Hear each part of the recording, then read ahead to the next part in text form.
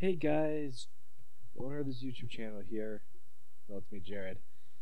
Anyway, we got some images of some new Star Wars sets coming out this 4th Friday, I guess. Not sure how they're going to do it in the United States with Toys R Us being gone, but I guess we'll see that when we get around to it, whatever they say about it. But anyway, let's just get into the sets. First off, here we have a new Millennium Falcon.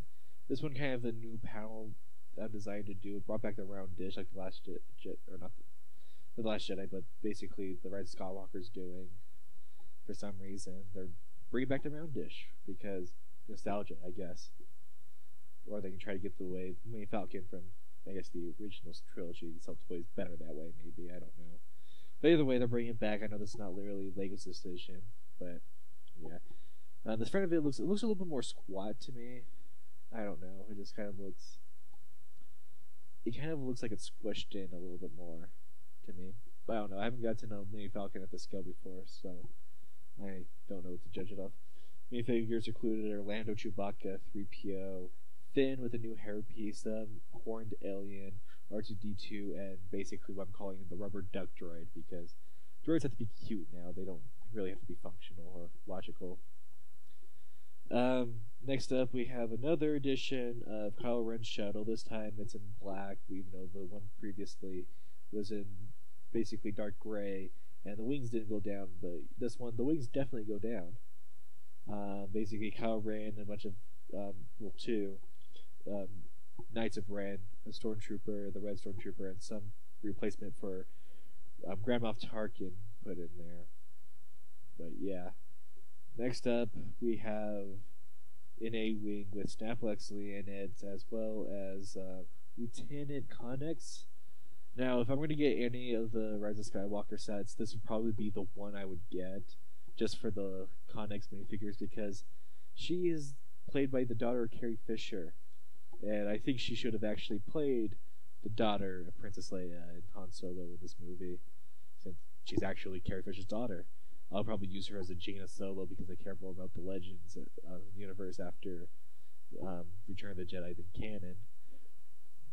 But anyway, after that we have another Y-Wing. And this is the Resistance Y-Wings. In the picture they have a new character whose I can't read the name, and I don't bother looking at the name of this character up, but we have piloting it. We have Poe Dameron back in the set. We have a First Order Stormtrooper with one of the weirder helmets, like the Flight Trooper helmet. And well, this one has a cape for whatever reason. Then it has like a kind of a I don't know, it's maybe a bluish. I can't tell on my screen exactly what color this droid's supposed to be. Droid, as well as once again the rubber duck droid. But yeah, that's the Y-Wing, just red this time instead of yellow. And kind of around the top like they used to have it in Lego before making it flag.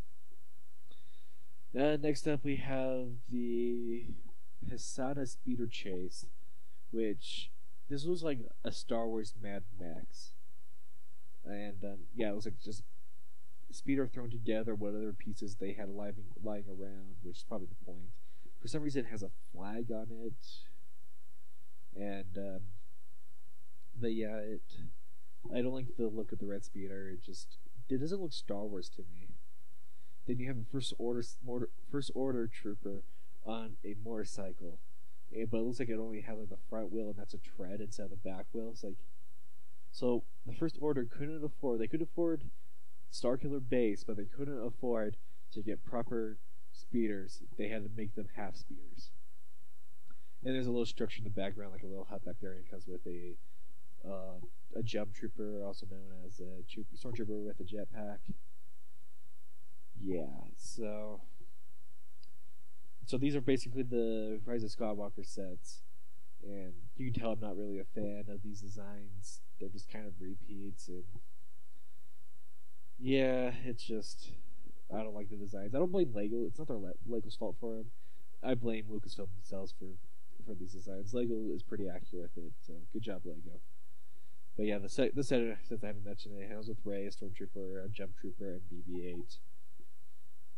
However, we still have some more news I guess I can report on. Next up, we have a set based off the Mandalorian series that's coming to Disney Plus. Um, it looks like it's on Endor, and it's basically a new ATST, which is most notable for Endor is most notable for ATSTs, even though they were on Hoth as well. Because with 4 minifigures from this series, which I don't know them, including Mandalorian himself, and this ATST is made to resemble the one that we got from Rogue One. However, they did make a little bit some changes to the window. So take a look at how they built it here, and then here they just brought the pieces that they put in the back forward to be a little bit more accurate. I do kind of like that the change to that. I think I may do that to my ATST, and I think that actually does look better. But yeah, it's very similar. It looks like it's supposed to be like the same build. Maybe guns are a little bit bigger, but yeah, I do like this one, and I may get this one too. The next up, we probably have the most creepy of the sets coming out soon, and it's this Yoda. Just the eyes. I mean, the rest of the build's fine. It's just those eyes. The older one had better eyes, and yeah, it's just it comes with a Yoda minifigure and it comes with a display plate, stuff like that. But yeah, it's just people are gonna have to modify those eyes if they get this set. I don't like how they look. It's just kind of creepy. Then last up we have the Death Star cannon set that comes with Obi-Wan with a new hood piece, and I'll probably get this set just for that hood piece. But yeah, it has Obi-Wan sneaking around, turning off the tractor beam, and basically a cannon, 2 minifigures. I'll probably get this one if it's like hopefully $10, but maybe $15, $20. But yeah, so that's about it. I only plan on getting maybe 3 of these sets. It's just I'm not a fan of the Star Wars sequel trilogy, if you can't tell, and I'm just kind of. Here's the thing, Lego, or not Lego, just Lucasfilm in general. In Lego, you guys can see this, is that you need to come up with new original ships. The prequels had plenty of original ships, and some of them are very iconic for the franchise. You were just relying so much on the original trilogy and just kind of recoloring things, doing a few changes here and there. Oh, the Millennium Falcon has a new disc. 3PO has a new red arm. But come on, guys, design some new original stuff. I mean, okay, I understand that you need to make new molds for those toys, but it's just but it's just come on, come with something new, original. Show us your creativity. Lego's all about creativity, and if you want kids to be creative, show it. Because as of right now, we're not seeing that in your product, Lucasfilm, and it's kind of your fault because you're not putting new creative things in your movies.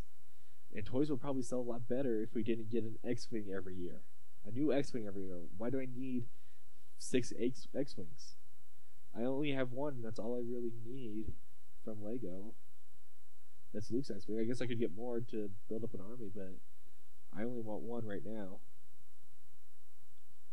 But yeah, there's my little rant for it. So yeah, tell me your thoughts down below. What do you think of these sets? Which ones do you plan on getting? Which ones do you like? What you don't like? But yeah, I know I went on a little rant there at the end. But yeah, tell me your thoughts down below. And remember to like, comment, subscribe, and see you next time.